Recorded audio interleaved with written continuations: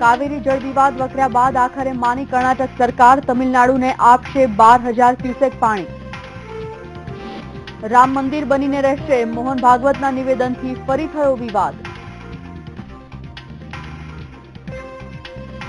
પાકિસ્તાનની અખંડિતતાનું અમે કરીએ છીએ સન્માન, અમેરિકાના નિવેદનથી ભારતને સૂચક ઝટકો।